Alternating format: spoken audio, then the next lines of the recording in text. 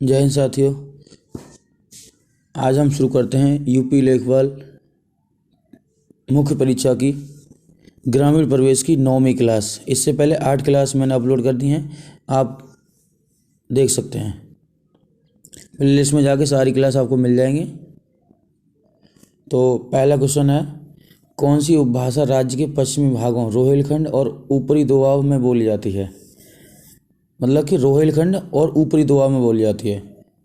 तो यहाँ पहला ऑप्शन है बुंदेलखंडी, दूसरा ऑप्शन है खड़ी बोली, तीसरा ऑप्शन है अवधी और चौथा ऑप्शन है ब्रजभाषा। तो इसका आंसर होगा खड़ी बोली। रोहिलखंड मतलब कि ये जो मेरठ से आगे और जो बरेली साइड का जो क्षेत्र है उसे रोहिलखंड बोलते हैं, और बुंदेलखंड जो कि उधर मध्य प्रदेश की साइड वाला जो क्षेत्र होता है वो बुंदेलखंड है, लेकिन रोहिलखंड ये बरेली की साइड का वाला क्षेत्र है। ठीक है, तो यहाँ पर खड़ी बोली बोली जाती है। मेरठ से लेके और बरेली वगैरह तक वहाँ तक खड़ी बोली बोली जाती है। और ब्रजभाषा की बात करेंगे तो ब्रजभाषा तुम्हारे अलीगढ़ उत्तर प्रदेश, ये अलीगढ़, मथुरा और आगरा और ये जो 2-4 ज़िले हैं यहाँ पे बोली जाती है। मेनली जो ब्रजभाषा है वो मथुरा, अलीगढ़, हाथरस, आगरा यहाँ पे बोली जाती है ब्रजभाषा। और अवधी भाषा जो है लखनऊ के आसपास बोली जाती है। तो इसका सही आंसर होगा रोहिलखंड में खड़ी बोली बोली जाती है, खड़ी बोली। दूसरा क्वेश्चन है, तहसील स्तर पर सरकारी निकायों को क्या कहा जाता है? तहसील स्तर पर सरकारी निकायों को क्या कहा जाता है? ऑप्शन ए है पंचायत समिति, ऑप्शन बी है ग्राम सभा, ऑप्शन सी है ग्राम पंचायत, ऑप्शन डी है नगर पालिका। तो इसका सही आंसर है पंचायत समिति। पंचायत समिति कहा जाता है। दूसरा क्वेश्चन नंबर अगला है, 2011 की जनगणना के अनुसार उत्तर प्रदेश का सबसे अधिक जनसंख्या वाला शहर कौन सा है? मतलब कि 2011 की जो जनगणना है उसके अनुसार उत्तर प्रदेश का सबसे अधिक जनसंख्या वाला शहर कौन सा है? वो भी इन 4 में से बताना है। पहला है कानपुर, दूसरा है लखनऊ, तीसरा है अलीगढ़ और चौथा है बरेली। तो इसमें सही आंसर है कानपुर। 2011 की जनगणना के अनुसार उत्तर प्रदेश के 4 शहर इलाहाबाद, मुरादाबाद, गाजियाबाद, आजमगढ़ तथा लखनऊ, ये बड़े बड़े शहर हैं, लेकिन यहाँ पे जो ऑप्शन है उसमें कानपुर सबसे बड़ा है।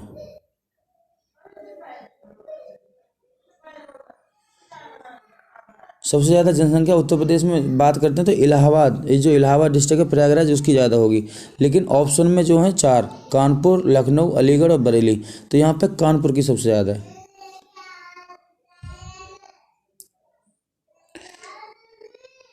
और वो भी शहर की बात हो रही है, शहर की बात। अगला है 79, अगला क्वेश्चन है, हाल ही में केंद्र सरकार को प्रस्तुत की गई सी रंगराजन की रिपोर्ट के अनुसार कोई व्यक्ति जो ग्रामीण क्षेत्रों में डैश रुपए से अधिक खर्च करता है उसे गरीब नहीं समझा जाएगा। पहला है 32 रुपये, दूसरा है 43 रुपये, और अगला है 50 रुपये, और अगला है 26 रुपये। तो भारत सरकार द्वारा जो गरीबी रेखा के निर्धारण हेतु वर्ष 2012 में सी रंगराजन की अध्यक्षता में एक समिति का गठन किया गया था। इस समिति ने अपना प्रतिवेदन 2014 में दिया। तो इसने बताया था कि जो ग्रामीण क्षेत्र में जो 32 रुपये, ग्रामीण क्षेत्र में वह व्यक्ति जो प्रतिदिन 32 रुपये या मासिक मतलब महीने में 972 रुपये खर्च करता है उसे गरीब नहीं माना जाएगा। और शहरी क्षेत्रों में जो 47 रुपये खर्च करता है रोजाना, मतलब महीने में 1407 रुपये, तो उसे हम क्या कहेंगे? उसे गरीब नहीं कहेंगे। इस समिति के अनुसार भारत में जो 29.5% लोग गरीब हैं। अगला सवाल है, उत्तर प्रदेश के निम्नलिखित शहरों में से किससे पीतल उत्पादों का अधिकतम निर्यात किया गया? तो सीधा सबको पता होगा मुरादाबाद। पीतल नगरी कहाँ पे? मुरादाबाद में। तो इसका आंसर क्या होना चाहिए? ए। इसका आंसर ए, मतलब कि मुरादाबाद को पीतल नगरी कहते हैं। और चमड़े की बात करते हैं तो कानपुर, और मलिहाबादी आम तो लखनऊ, और रेशमी वस्त्रों के लिए वाराणसी। अगला सवाल है, उत्तर प्रदेश कितने जिलों में विभाजित है? तो ये सबको पता होगा, उत्तर प्रदेश 75 जिलों में विभाजित है। 75 और 18 मंडल हैं, 75 जिले हैं, 822 ब्लॉक हैं उत्तर प्रदेश में, और 5 मतलब 52,021 पंचायत हैं, और 1,07,452 गाँव हैं। उत्तर प्रदेश में। अगला है अंबेडकर विशेष रोजगार योजना ABRY के अंतर्गत परियोजना की इकाई लागत से कम नहीं होनी चाहिए। तो यहाँ आंसर होगा 50,000 से कम नहीं होनी चाहिए, 50,000 से कम नहीं होनी चाहिए। अगला क्वेश्चन है डैश सुल्तानपुर ने सामाजिक वानिकी योजना की कुशल कार्यप्रणाली के लिए केंद्रीकृत डेटाबेस की समस्या का समाधान करने की पहल की है। तो इसका सही आंसर होगा राष्ट्रीय सूचना केंद्र, नेशनल इंफॉर्मेटिक्स सेंटर, NIC, जिसको NIC बोलते हैं। और भारत सरकार द्वारा राष्ट्रीय सूचना केंद्र की स्थापना 1976 में नई दिल्ली में की गई थी। अगला क्वेश्चन है उत्तर मध्य रेलवे का मुख्यालय कहाँ है? उत्तर मध्य रेलवे का मुख्यालय कहाँ है? तो इसका ऑप्शन है झांसी, इलाहाबाद, गाजियाबाद या आगरा। तो सही आंसर है इसका इलाहाबाद। और जो रेलवे है भारतीय रेलवे, उसको 18 जोन में बांटा गया, 18 जोन में बांटा गया। जो अंतिम है, सबसे अंतिम बना है, वो दक्षिण तटीय रेलवे बना है, उसका मुख्यालय आंध्र प्रदेश के विशाखापट्टनम में है, आंध्र प्रदेश के विशाखापट्टनम में है।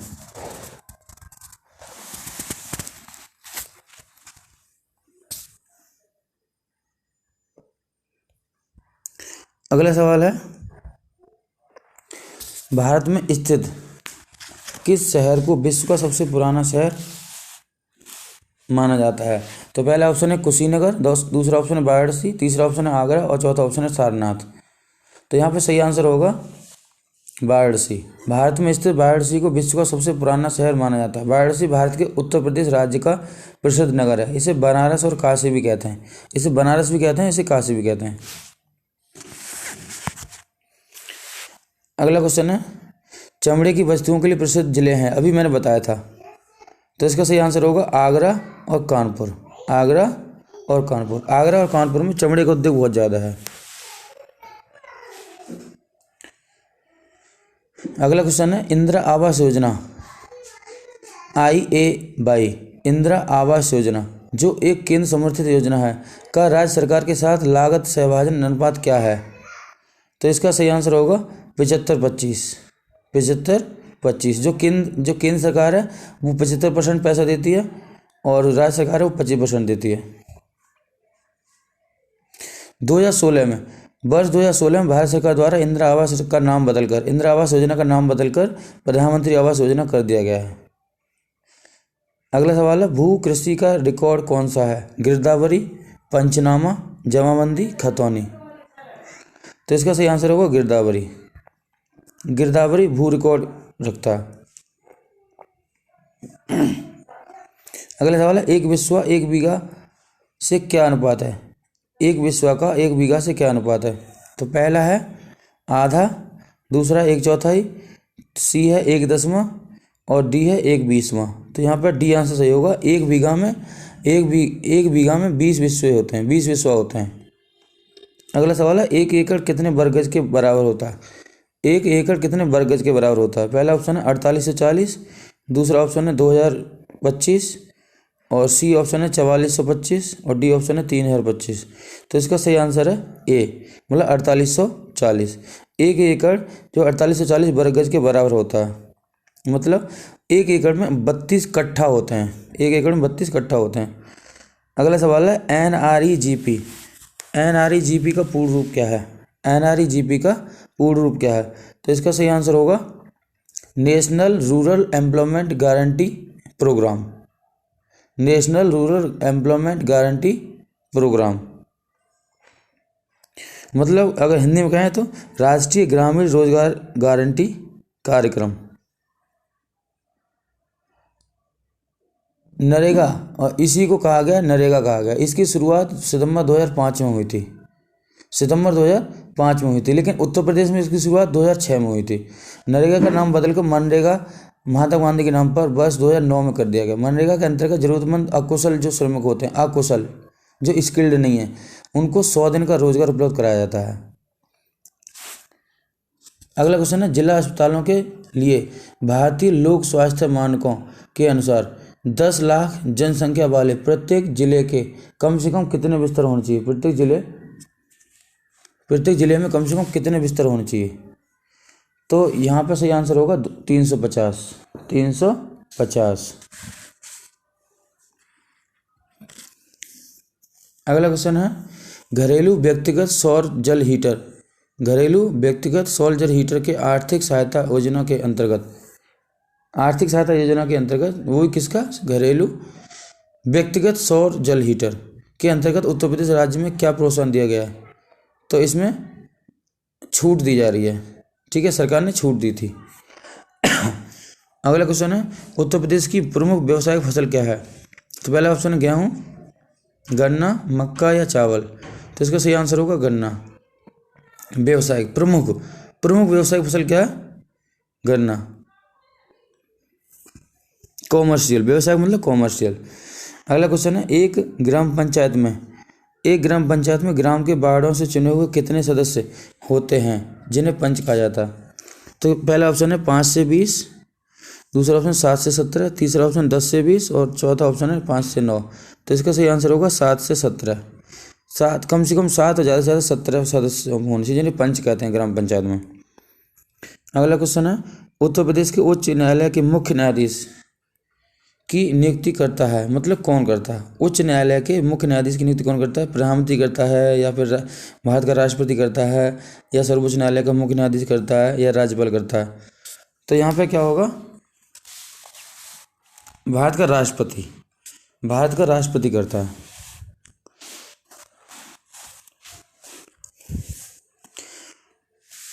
उच्च न्यायालय के मुख्य न्यायाधीश की नियुक्ति कौन करता है? भारत का राष्ट्रपति करता है।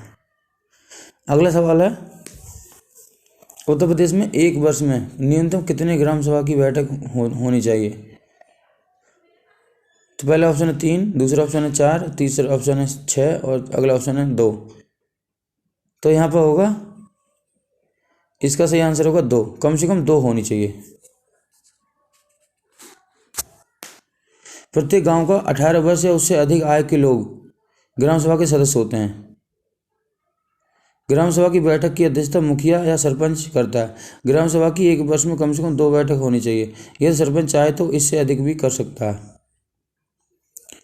मतलब वोट डालने का अधिकार 18 वर्ष वाले को, लेकिन चुनाव लड़ने का अधिकार जो है वो 21 वर्ष के आसपास है। 21 वर्ष हो जाएगा पूरा तब।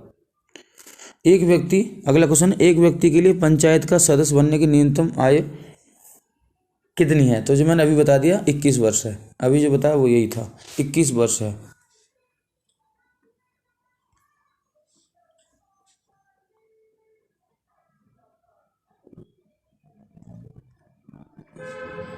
अगला क्वेश्चन है भारत सरकार द्वारा पंचायती राज व्यवस्थाओं को 73वें संविधान संशोधन 1992 द्वारा संवैधानिक दर्जा दिया गया, जो 1993 से लागू हुआ। तो ये तो उसके बारे में बताया गया, ये जो 21 वर्ष वाला बताया गया उसके बारे में बताया गया। अगला सवाल तो ये है कि मध्याह्न भोजन कार्यक्रम के अंतर्गत विद्यालय स्तर पर बच्चों के न्यून भार की प्रतिशतता का आकलन किस आवृत्ति पर किया जाता है, कि बच्चों का भार कितना है? तो ये किया जाता है अर्धवार्षिक। 6 महीने बाद जांच की जाती है कि बच्चों के बाहर की प्रतिशतता कितनी है, बच्चे कमज़ोर हो रहे हैं या खा पी के खूब खाना मिल रहा है, स्कूल में नहीं मिल रहा। ये मिड डे मील योजना होती है। अगला क्वेश्चन है MGNREGA मनरेगा जिसको बोलते हैं के अंतर्गत सामग्री संगठक के मामले में केंद्र और राज्य सरकारों द्वारा किए गए निधिकरण का अनुपात क्या होता है? तो इसका सही आंसर होगा 75-25। केंद्र सरकार 75% देगी और राज्य सरकार 25%।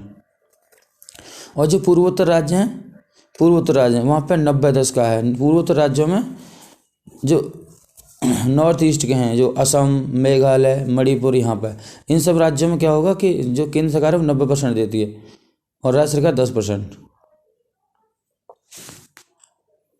तो ये 40 क्वेश्चन थे ग्रामीण क्षेत्र कह सकते हैं, ग्रामीण विकास कह सकते हैं, ग्रामीण प्रवेश कह सकते हैं। तो ये हमारी ग्रामीण प्रवेश की 9वीं क्लास थी और इससे पहले 8 क्लासें हम आप अपलोड कर चुके हैं, उनको आप देख सकते हैं और इसका लाभ उठा सकते हैं।